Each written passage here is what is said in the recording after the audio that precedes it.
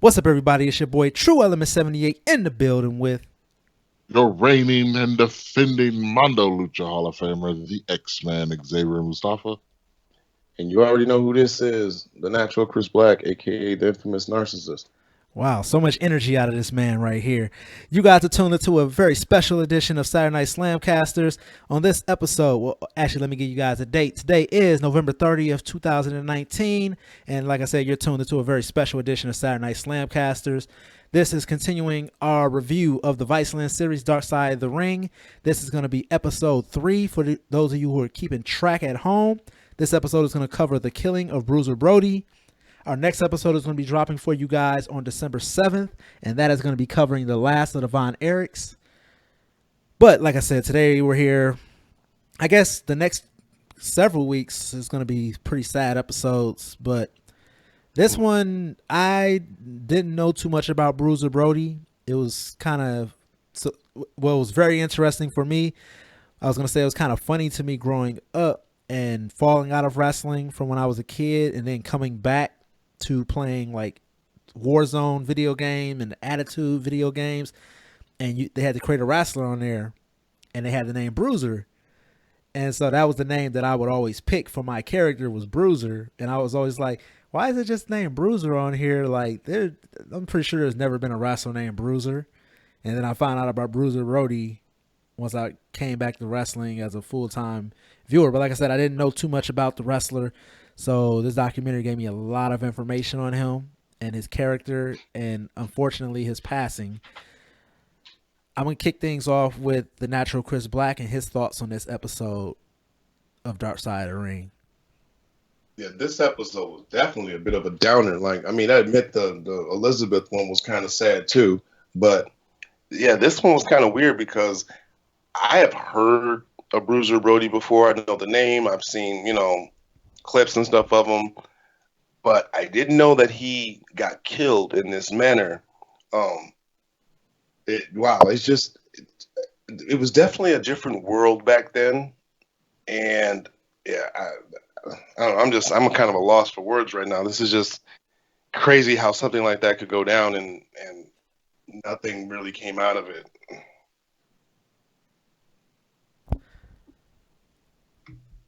Xavier Mustafa? So, emotionally, I was on a roller coaster watching this show.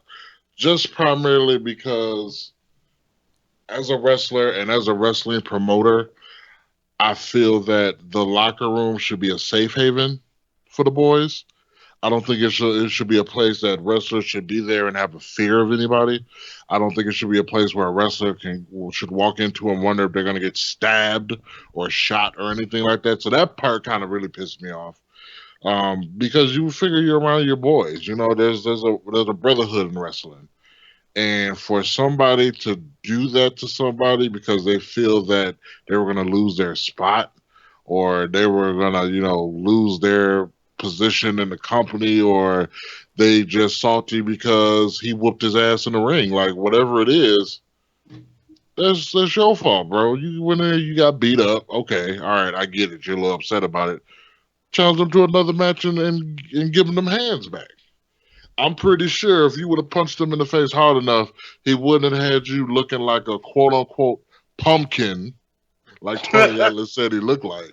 You know what I'm saying? So I don't know. That part just pissed me off, man. Like, how are you gonna stab somebody in the locker room? And then I want to say that all the rest of them dudes, Carlos Colon, all y'all some bitches.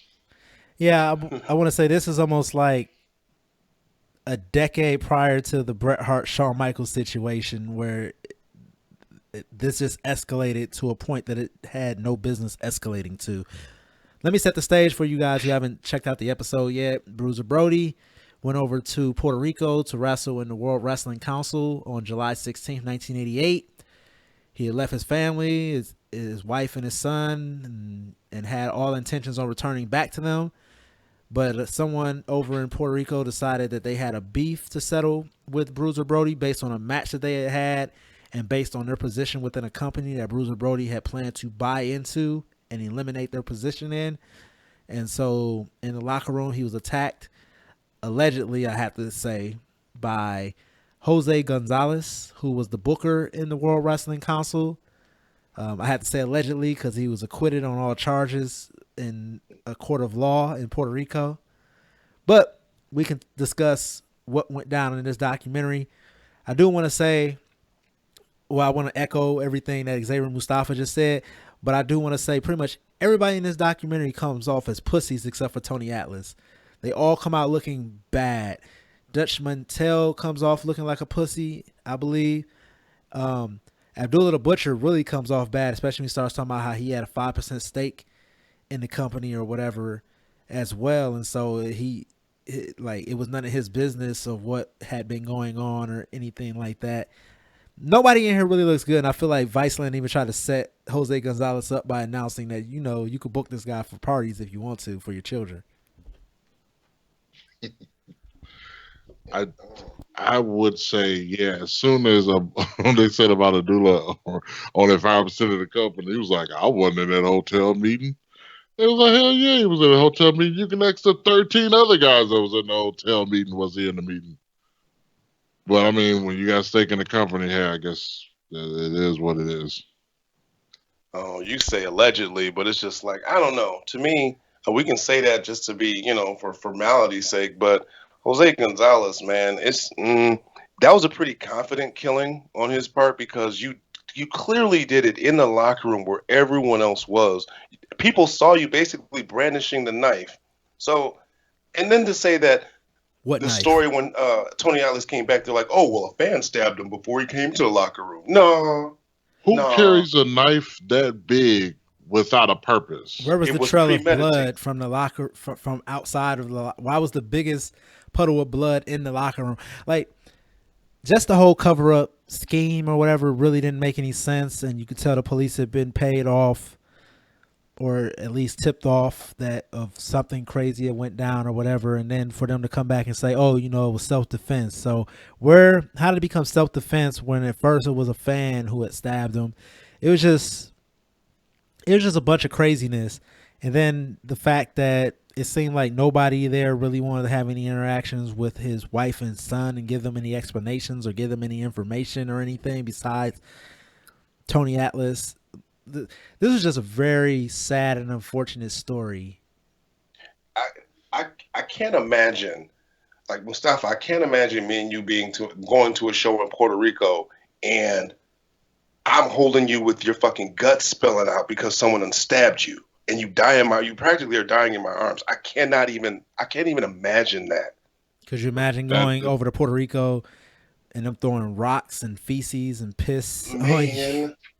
Again, it was a different time back then. I swear to God, I don't think I would have even wanted to be a part of the wrestling business in the 80s, 90s, whatever, 70s, wherever the fuck it was where they're throwing piss and shit at you in the ring.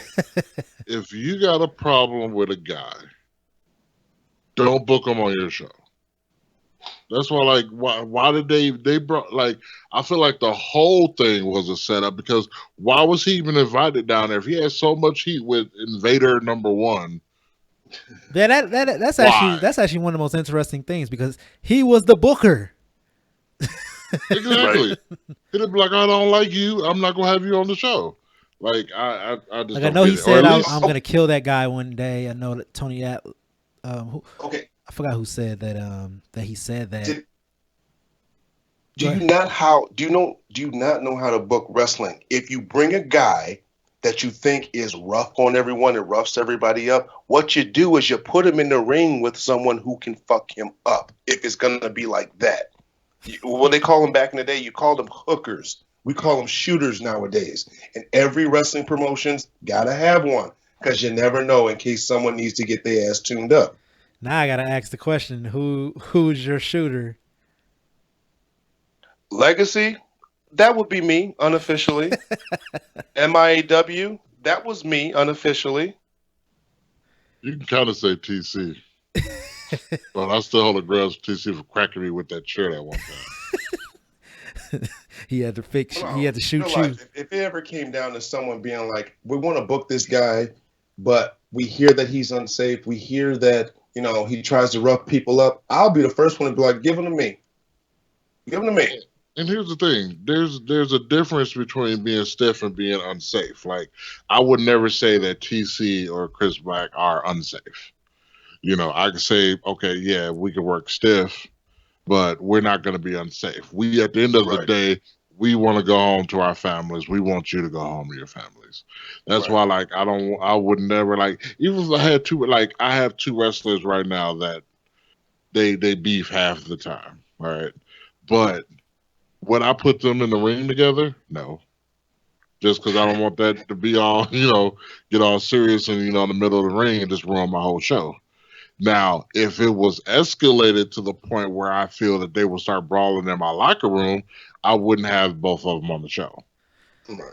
because I You know what? know as a booker, like I don't want those problems. So if I knew it was going to escalate, like right now, it's just like yeah, they tolerate each other, because and I guess they're somewhat cool now.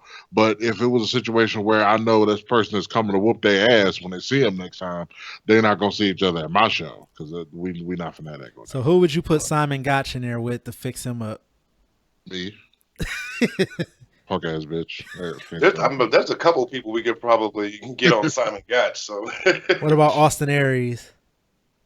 Me. Don't want that. okay, I don't want to have to hold you while Austin Aries and pull the blade and try to stab you, dude. Those are two assholes in the building that I love to get in the ring.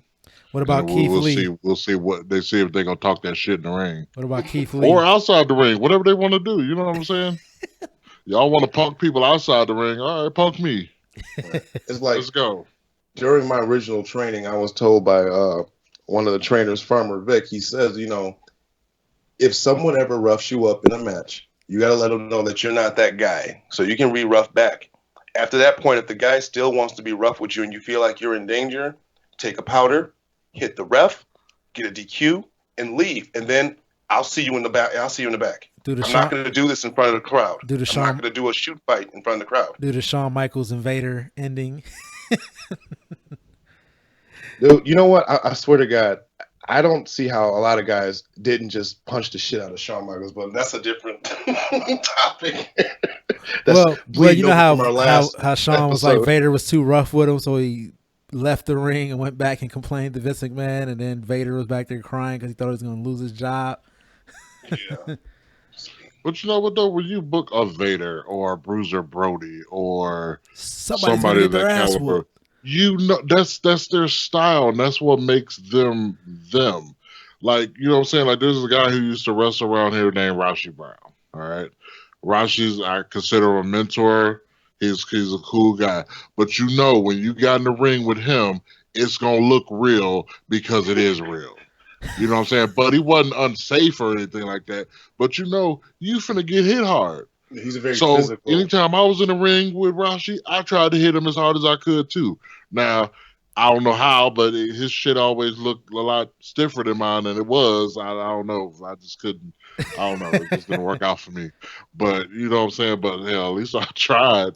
I didn't sit there and get my ass beaten. I didn't cry about it afterwards. I was like, you know what? I knew what I was getting into when I got in the ring. Just like if he was still alive today, I would love to get in the ring with Bruiser Brody because guess what? You gonna sell everything because it's real. Okay. People are gonna love it because it's real. Now this is gonna be one area where I'm gonna have to kind of disagree with some of Bruiser Brody's tactics. Beating the shit out of people just to be beating the shit out of people, that's not cool. That's not cool at all. I understand, like, you don't allow someone just to eat you up, but come on, dude. You just don't unless it's a squash match, you don't do that. And that's why dude got all butt hurt. Not justifying Jose stabbing him, but, I mean, you just don't get in the ring and just beat the shit out of someone like that unless you want to get heat. Right. They said they were grooming him to go to the WWE, and then Bruiser comes over and beats his ass twice or 3 times or something like that. And I mean, that's kind of Jose's fault for allowing that. I mean, he was the booker. I don't know if he was the booker at that point. I don't know if he was a book. He booked himself against Bruiser. I guess I guess if he was the booker at that time, I guess he had the mentality of you want respect, you go out there to the biggest motherfucker on the block and you knock his ass out.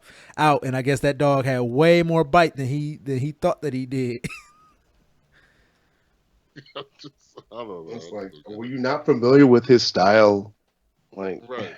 Hey, Could you just say, "Hey, I'm just gonna roll you up in 30 seconds"? I don't know, something like you the booker, so you can pretty much do what you want. I'm interested to know. I want to go back and look.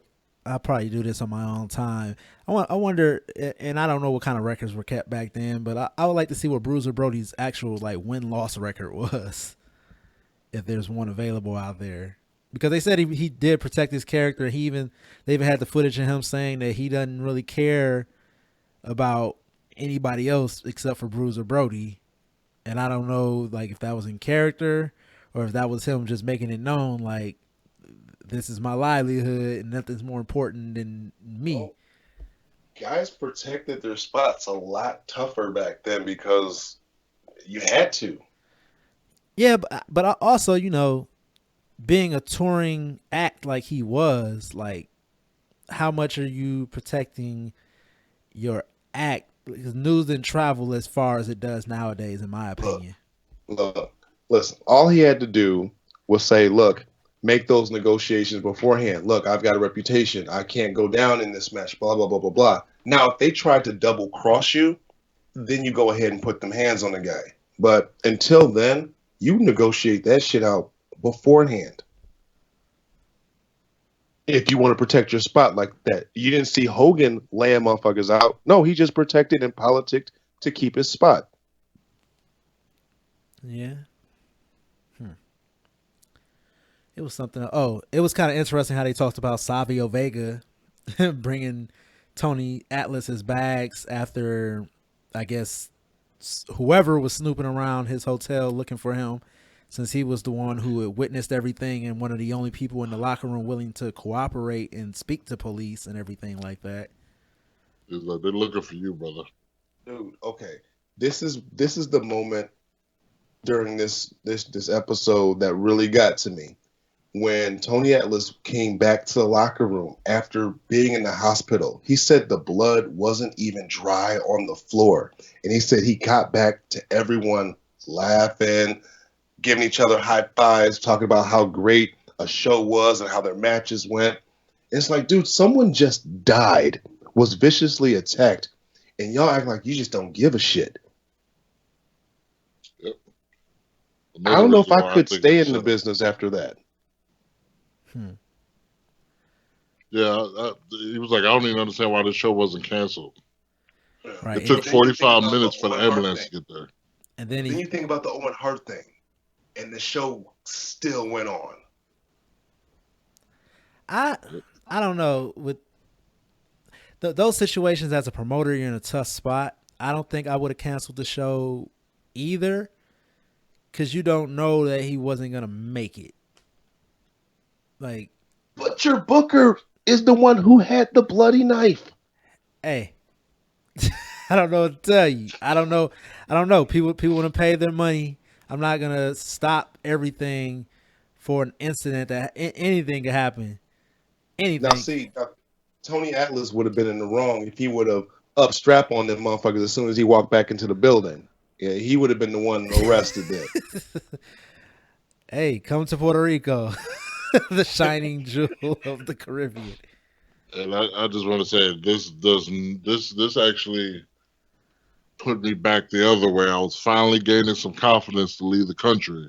And I was like, I'm keeping my ass right here on the continental U.S. Sure. Well, I think because you need to be in more the emergency room. I think you need to be more worried about some of the talent on your roster taking you out.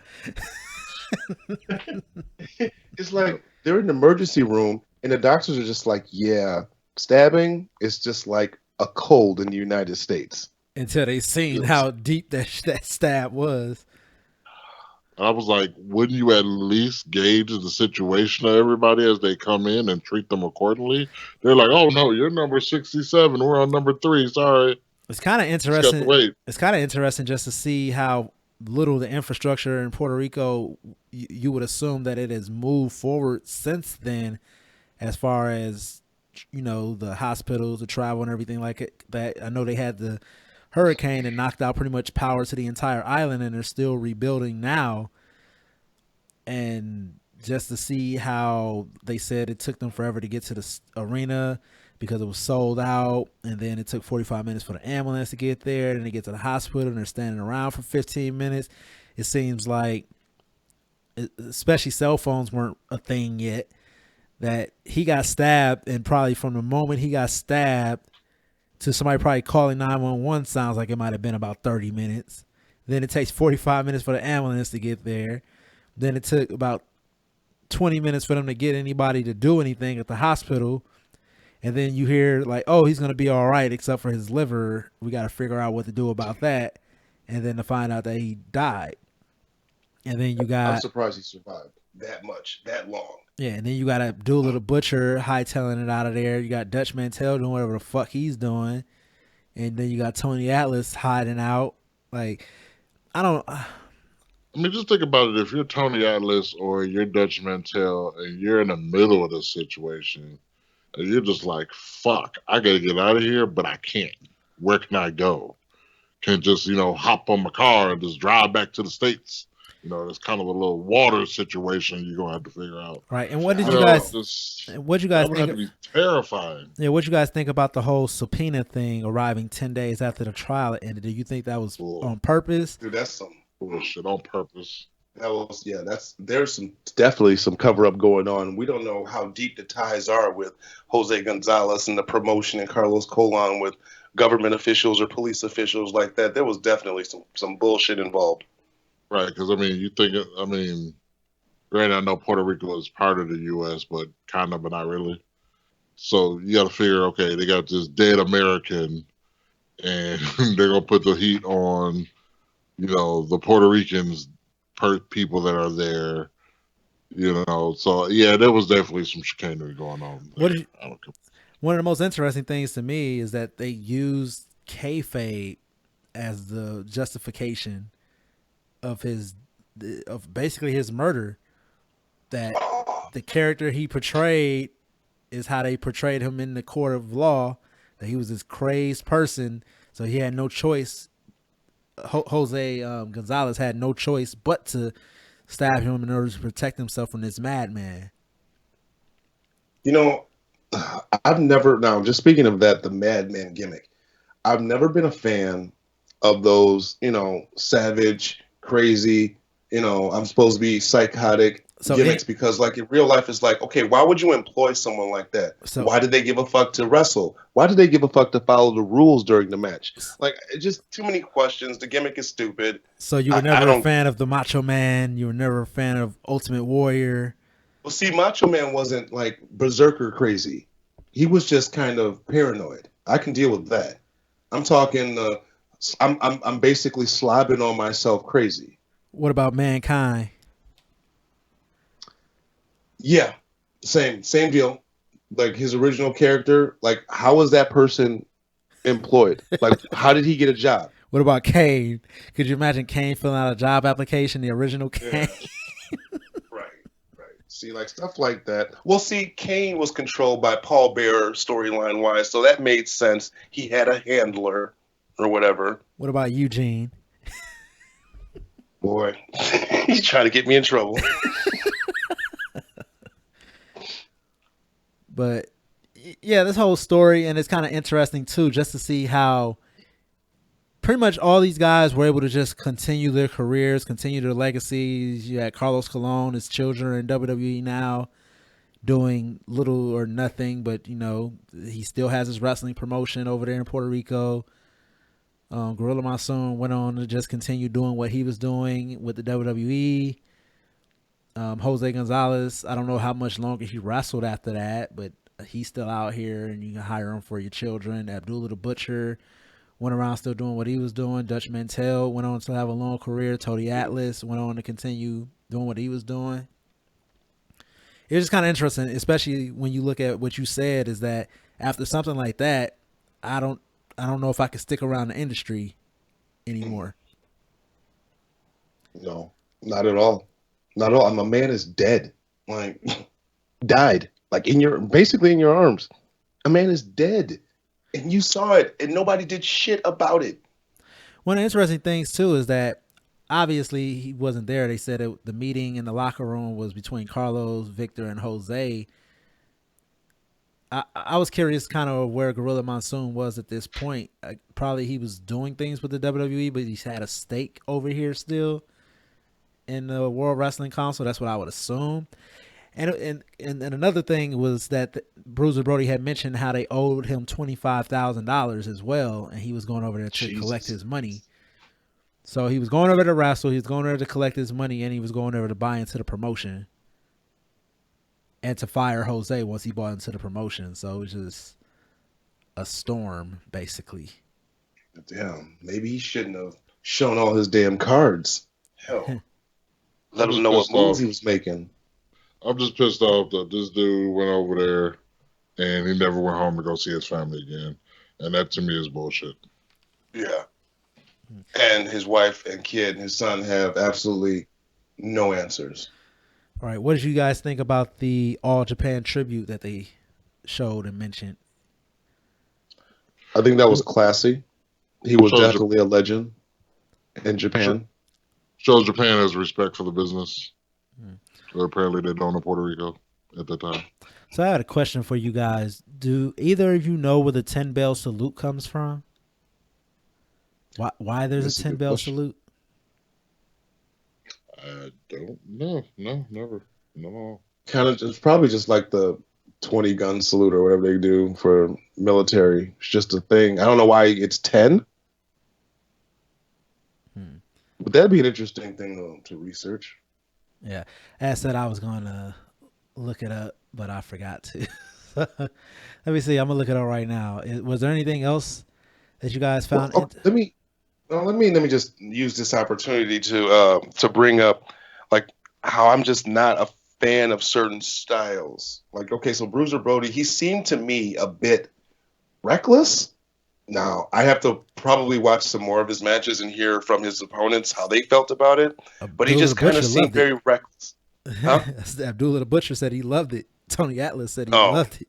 Well, I look at a couple guys in Ring of Honor, the Briscoes, and to me they just seem unnecessarily stiff. Now, I don't know if that's just illusion and maybe they're not as stiff as it looks. Strong style. They just look like they're just unnecessarily stiff and very reckless. Well, do you think that's probably why they changed Shinsuke Nakamura from the King of Strong Style to the Artist now? Because people were like, oh, Shinsuke's too stiff. But Shinsuke was never reckless to me. I mean, there's an art to being stiff. Has he even stiffed anybody in WWE? Sammy, in that first match, he stiffed the shit out of him. And then what's your boy down there in NXT UK? He just had the match with Damian Priest. Pete Dunne. Pete Dunne. Do you think he works pretty stiff, pretty snug? No, pretty snug. I don't think he's stiff. He doesn't seem reckless. Walter's a little more reckless than Pete Dunne is. Who do you think the stiffest worker is in today's product? Not just WWE, but somebody that just looks like. I know you mentioned the Briscoes. I know Chris Black can name a ton of people from New Japan. Everything over there is stiff and snug. I honestly think that Moxley's probably a bit stiff. It was kind of funny because Jim Cornette said that on one of his reviews for AEW, but he was like, if he looks like it, but he knows what the hell he's doing out there, and that's why his stuff looks good. I don't know, John Moxley is always. He moves very awkward in the ring to me. He's not very fluid. It's just kind of erratic movements, which I don't know. Maybe that just adds to his character. But either he's really, really into his character and he got it down, or he just works that way. So it would throw you off if you had a match with John Moxley, is what you're saying. I think it would. I'll be 100% honest with you. I don't think I would have a good match with John Moxley. Who's the stiffest person that you remember being in the ring with?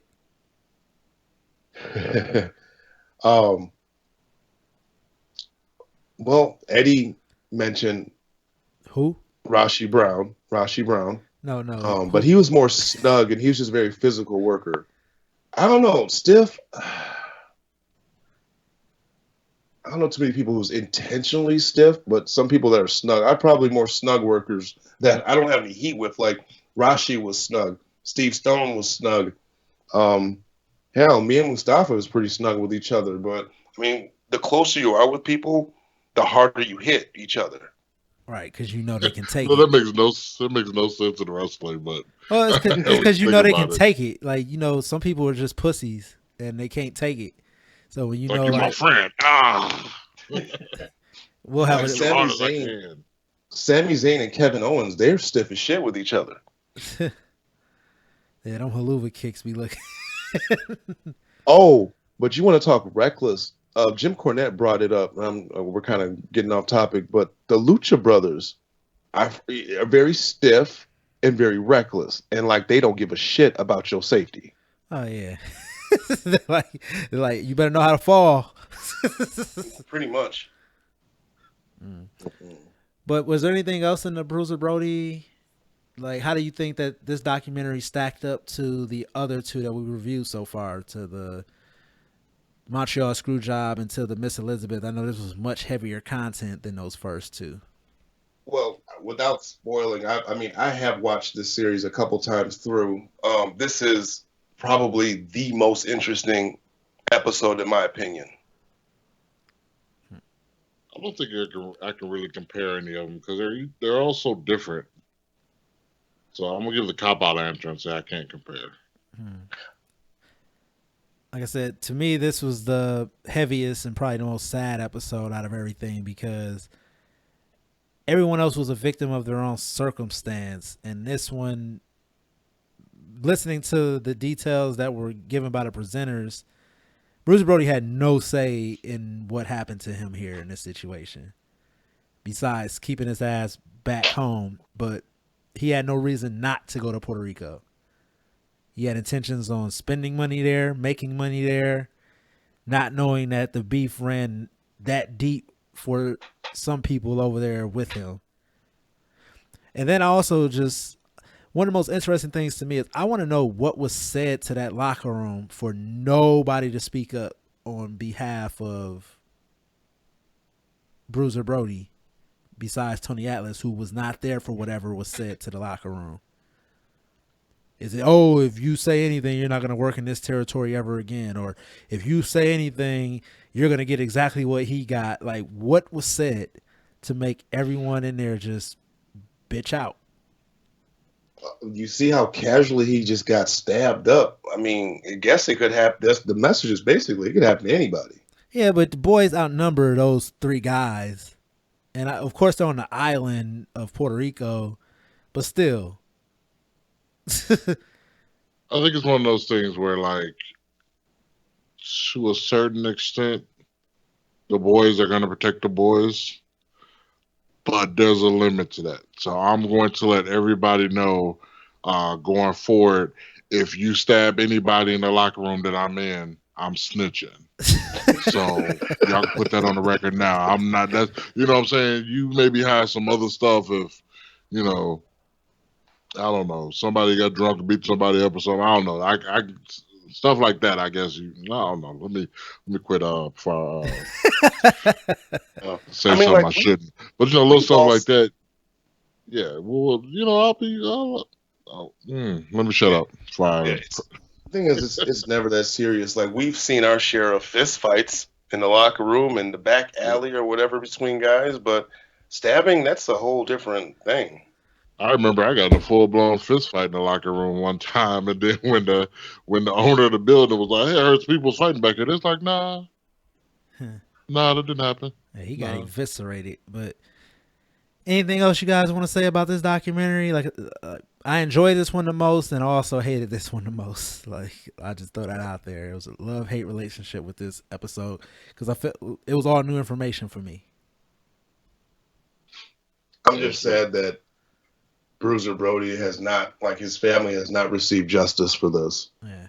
And it would have been interesting just to see where he would have ended up with the style that he had and everything. Like, just how, what would have happened if he had have lived into old age? Like, where would the industry be now? Because from all intents and circumstances, I believe Xavier Mustafa said there's people he can see now who were influenced by Bruiser Brody. Who was some of the people you were saying that you could see some of that influence in?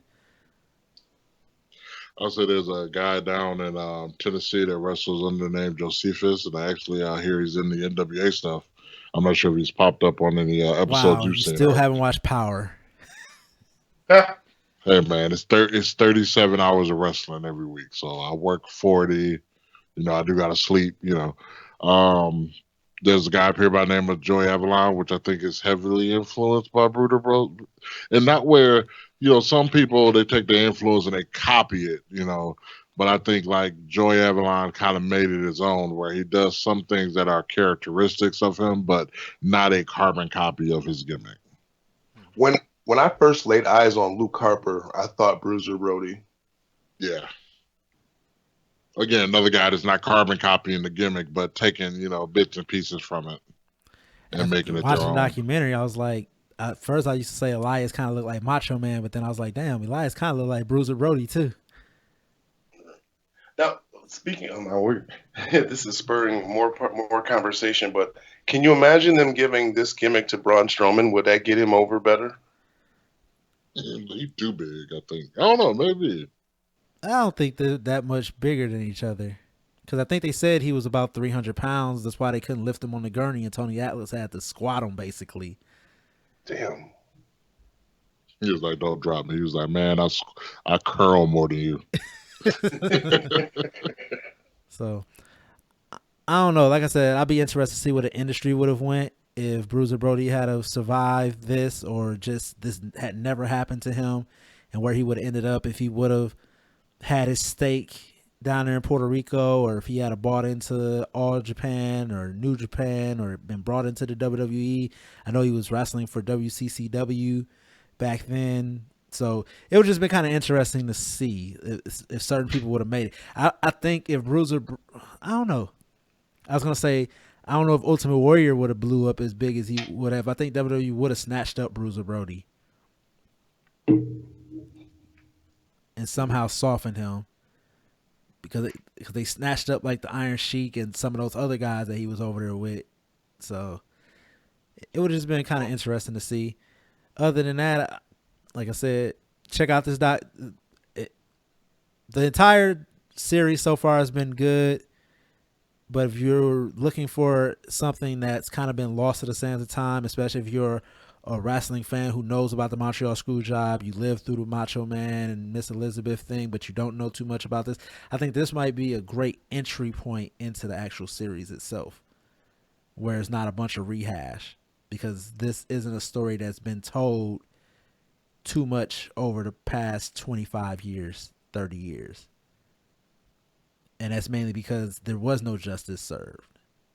And I think that a lot of the stories of these wrestlers who didn't get to see their careers get to the levels that they should have reached are kind of lost to the sands of time. So this is a great jumping in point, in my opinion, if you're looking for a story that hasn't been beaten into the ground and just want to learn some new information.